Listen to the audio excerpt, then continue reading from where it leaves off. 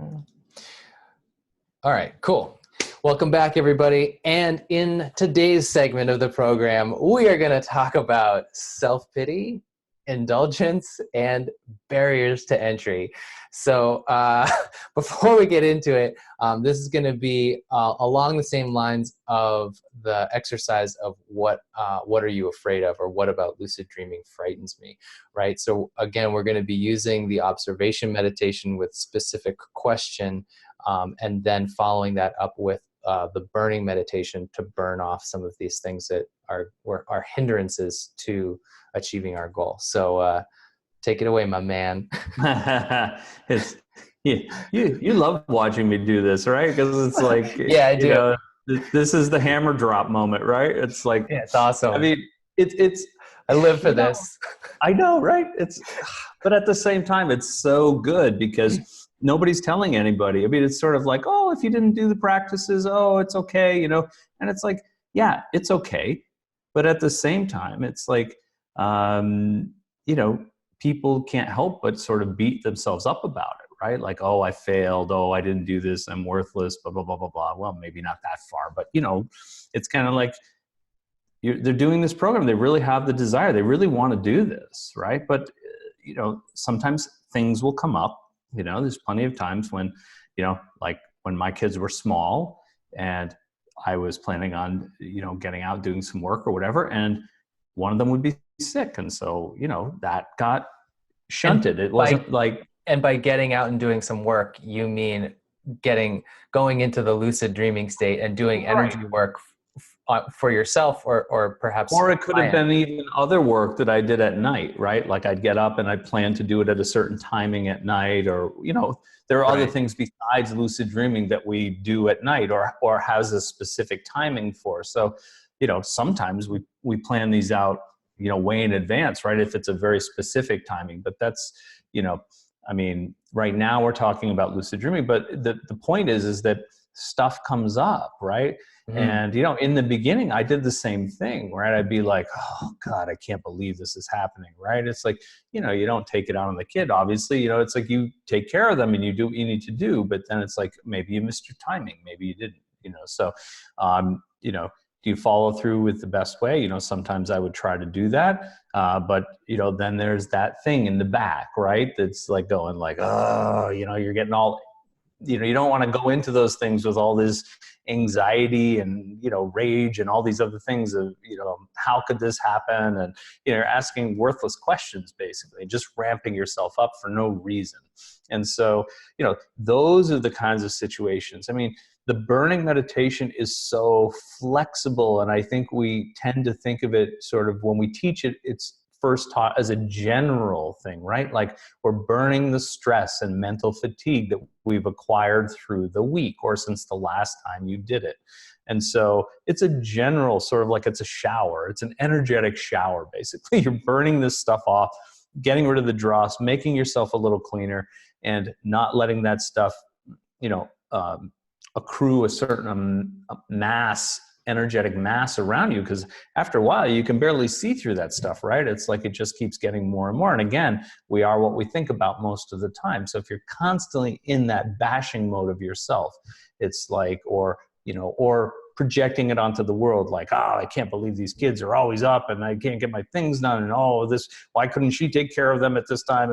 It's like, why are you, those things can get toxic, right? So the idea is that, doing this work, we're supposed to be getting out of those zones, right? We're not supposed to be accruing more of that.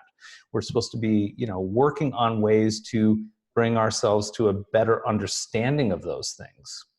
And so one of the crucial points with observation of mind, when you're asking yourself, what are the barriers for me getting in? Maybe it's not just a fear anymore, right? Maybe it's some other type of barrier. What are the barriers to me progressing with lucid dreaming, or bringing it to the next stage, or getting in, or whatever it is, right? It's like the things that come up, and just observing your mind,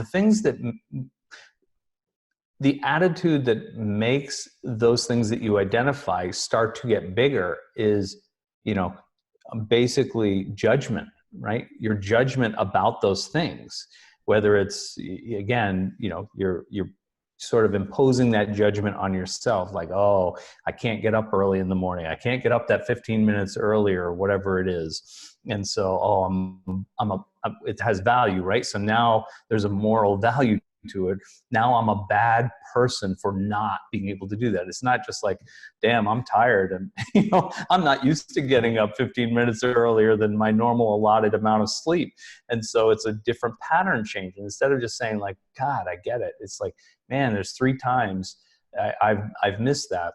Instead of doing that and going like, God, I'm such a shit, or whatever, I can't do this, or it's just not for me, or whatever it is, it's like, no, use the burning meditation. Identify that with no judgment. That's what makes it flow, right? It's like when you don't attach judgment to something, it's like you pull the value from it, right? And so you're pulling that energy that keeps it alive or makes it grow even worse, right? We don't want the negative stuff to grow. I mean, that's not the idea. We want to starve it to death. And so there's that pulling that energy away from it. And that's, that non-judgment does that, right? It pulls any kind of value away from it.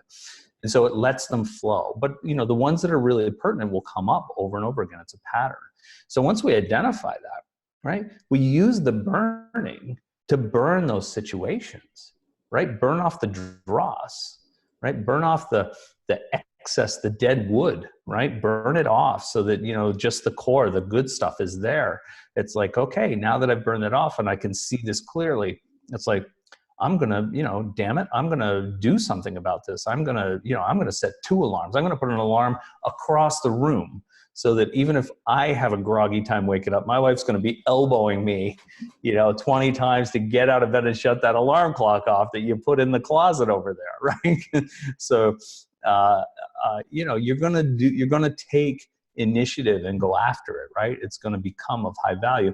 And when you achieve that, now you've added value to your doing, right? And so, no matter how bad or good you do that practice, you've done it.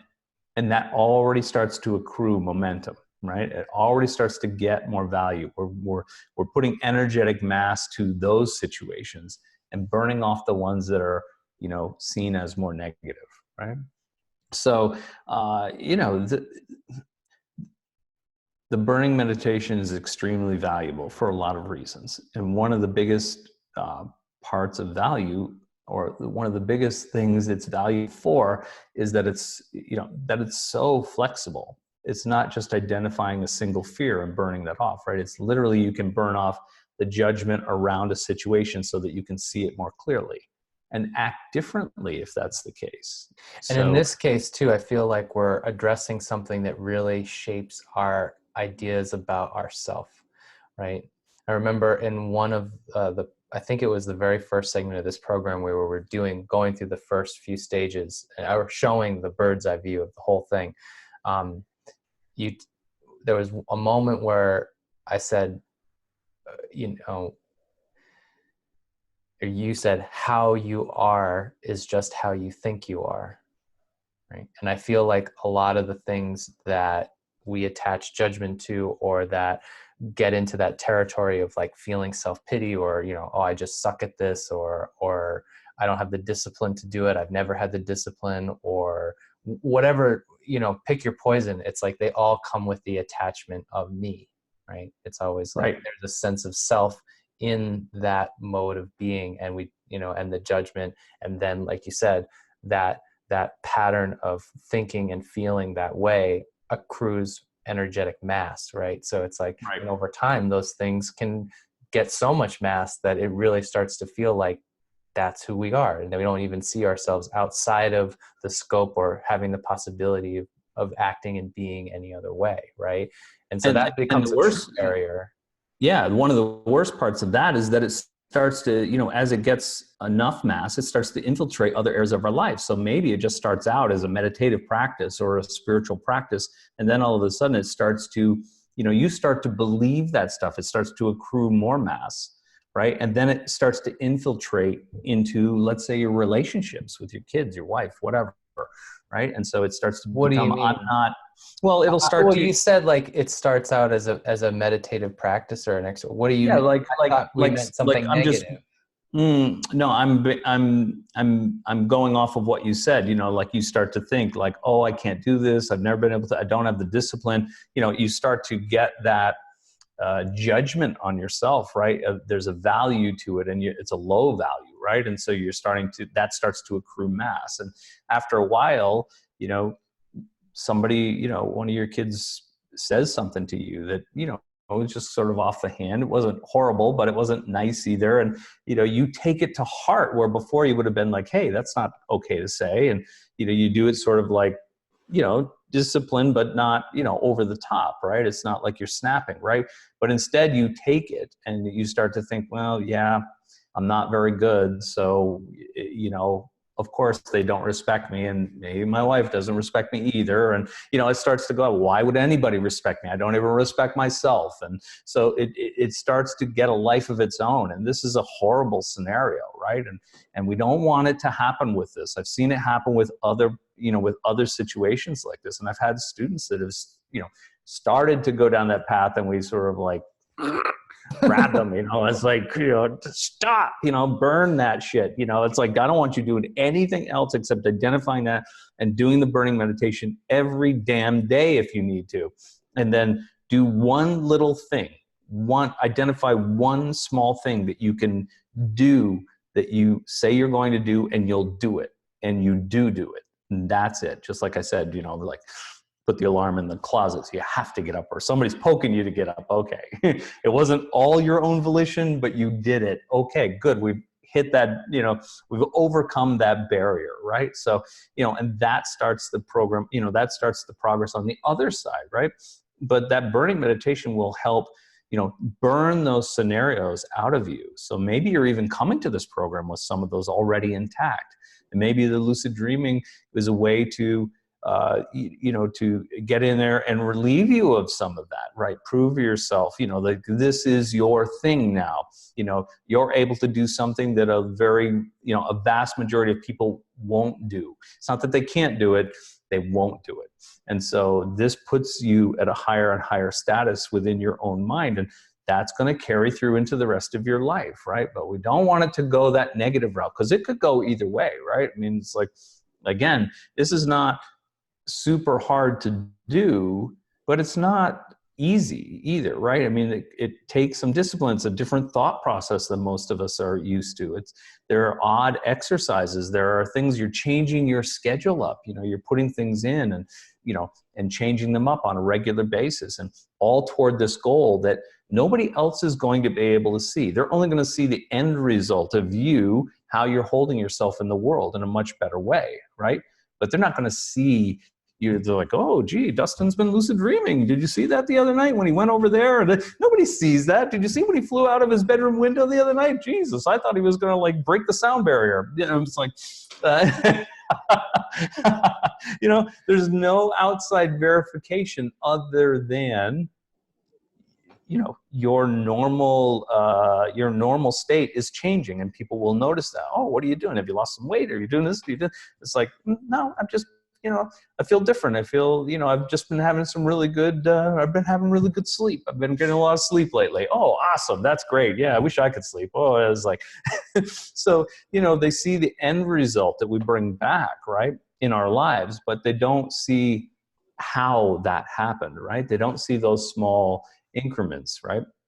So, yeah, so, but the burning meditation, you know, is a big part of that. And we're going to keep going through this and doing it. And anytime you get to a stumbling block or something that's, and you'll come to a place that you're going to get tripped up a number of times. You're going to go like, what the hell?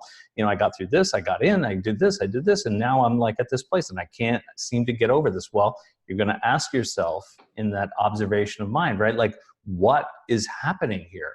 Why stumble here? What is it? I'm not seeing it clearly, or what is the cause of this? And when you identify that without judgment, because when you judge something, you know, it tries to hide, right? It tries to, you know, we don't want to go in front of the judge. Nobody wants to go in front of the judge, right? So it's like it hides, it wants to go away, and it gets suppressed. And then, you know, at a later time, it comes out, right? You don't want to do that. Part of this whole work is to have those things come up. We want them to come up because when we burn them, we burn off that dead wood that's there.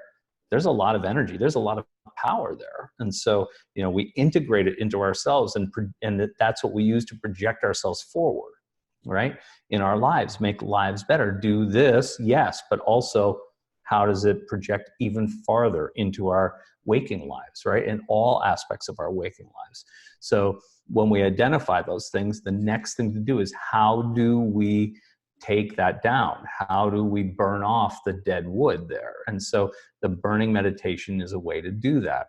And again, it could be a thing, but it could be just a situation as well, right? And definitely anytime you think you're judging yourself, I mean, come on, let's, other than actually acknowledging, that, you're a shit for not getting up when you're supposed to get up and do this because you can see the value of it, okay, then it's like, oh, okay, I've got to find a different technique. It's not like, bashing yourself, right? That does no good. It just feeds that monster and makes it harder, right? Every time you do that, it just adds energy to it. You're feeding it and it's making it bigger and bigger, and it's going to be harder to overcome. So it's like the idea is like, damn it, this is what I'm going to do. And and you take action right away. As soon as you have that thought, it's like you don't dwell on the negative aspects, right? It's like as soon as you have that thought, you take an action.